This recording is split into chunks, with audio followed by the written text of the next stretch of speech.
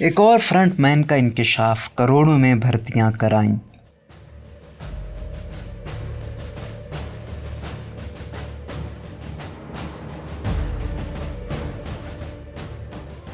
तहरीक इंसाफ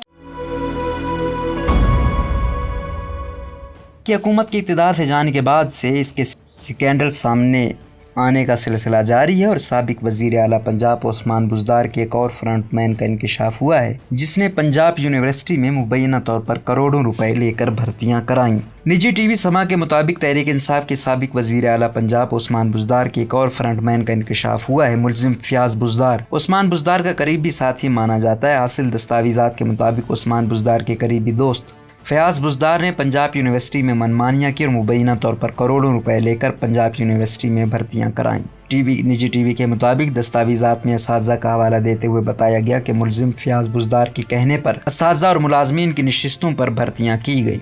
दस्तावेज़ात से पता चलता है कि मुल्ज़िम फ़याज़ बुज़दार ने सीनियर प्रोफेसर्स को नज़रअंदाज कराकर जूनियर को प्रो वाइस चांसलर लगवाया और साबिक वज़ीर आला उस्मान बुज़दार ने जूनियर डॉक्टर सलीम मज़हर को PVC लगवाया।